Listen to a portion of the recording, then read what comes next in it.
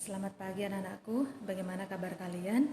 Ibu harap kalian tetap dalam keadaan sehat-sehat sehingga bisa mengikuti pembelajaran daring dengan baik.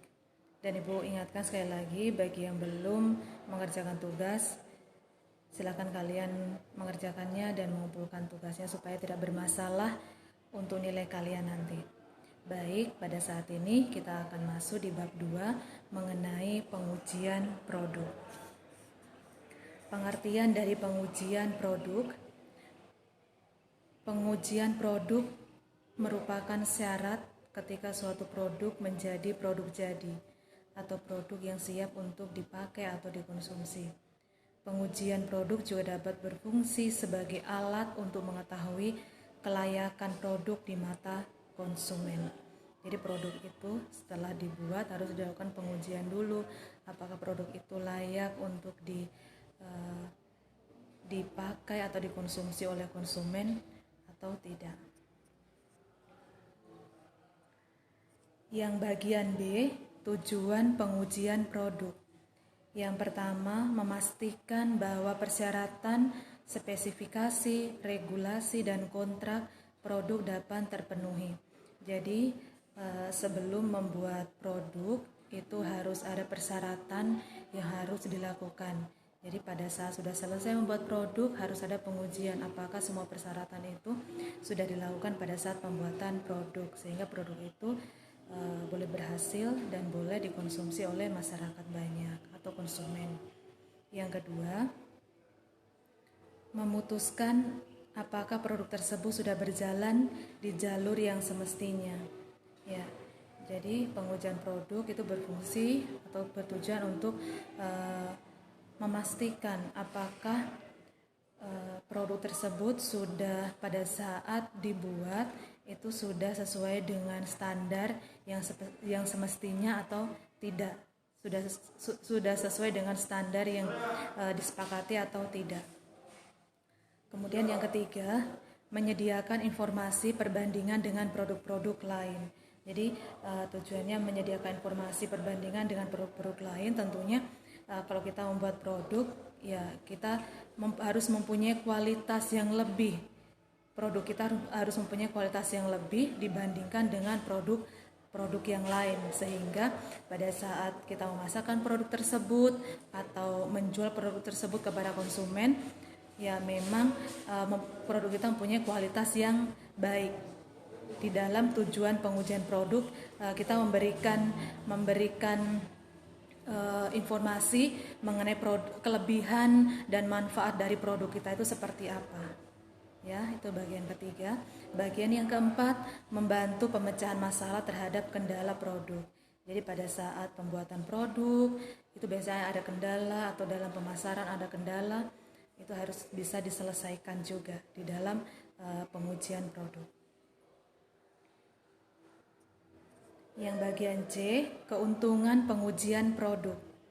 Yang pertama, keuntungannya menjajal atau mencoba strategi atau cara pemasaran.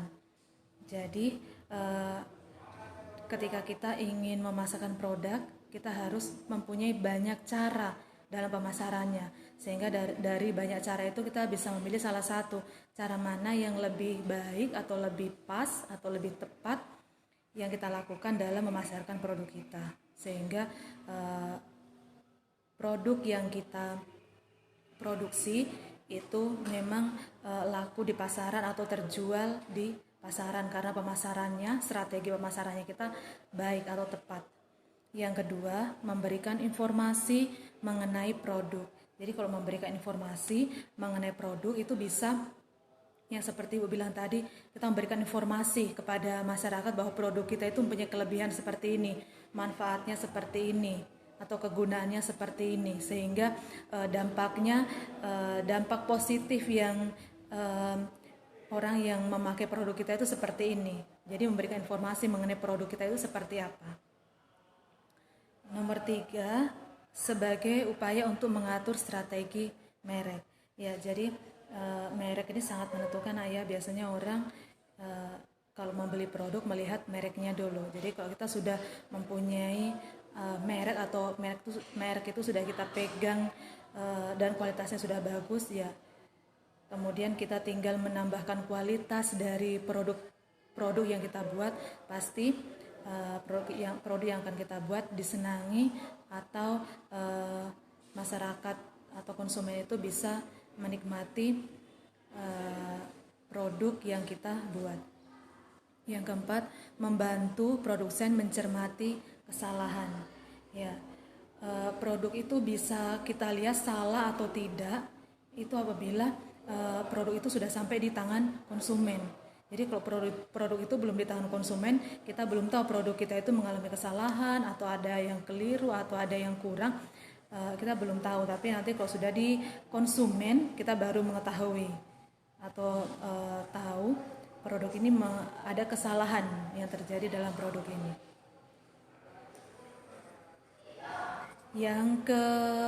Yang bagian D, kerugian pengujian produk. Ya, jadi yang pertama kerugian pengujian produk itu yang pertama, pengujian produk cenderung dapat membuat perusahaan membayar biaya ekstra. Kenapa membayar biaya ekstra? Misalnya produk yang kita buat itu ada kesalahan, kemudian atau cara pemasarannya salah, kemudian tidak diterima atau kurang diterima oleh masyarakat. Jadi kita harus memperbaiki produk kita atau memproduksi produk kita lagi dengan baik, sehingga di situ kita harus mengeluarkan biaya ekstra atau biaya lebih lagi. Jadi kerugian dari pengujian produk, ya perusahaan harus mengeluarkan biaya ekstra untuk memperbaiki produk yang sudah dibuat. Yang kedua, permasalahan-permasalahan dalam penerapan pengujian produk. Permasalahannya, yang pertama, menguji produk yang salah.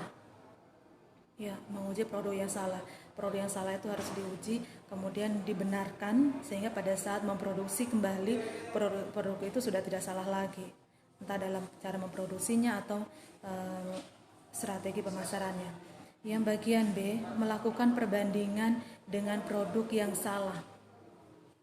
Jadi kalau sudah produk yang salah, misalnya pertama kita membuat produk, kemudian produk ini misalnya salah.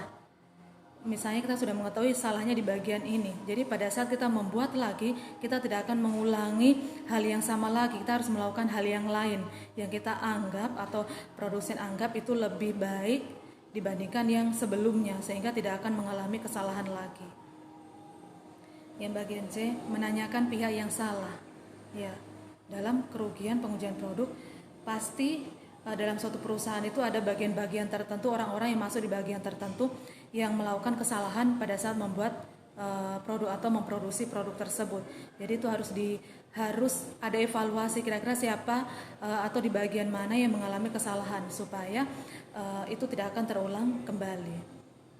Ya, untuk materi pengujian produk, Ibu rasa cukup sampai di sini. Silahkan kalian untuk mencatat materi ini supaya kalian ada catatannya, dan dengan kalian mencatat, kenapa sampai Ibu suruh kalian mencatat? Karena dengan kalian mencatat dan kalian membaca materi ini, kalian bisa mengetahui atau memahami materi ini. Nah, sekali lagi Ibu ingatkan, yang belum mengumpulkan tugas silahkan kalian kumpul tugasnya supaya tidak mempengaruhi nilai kalian lagi.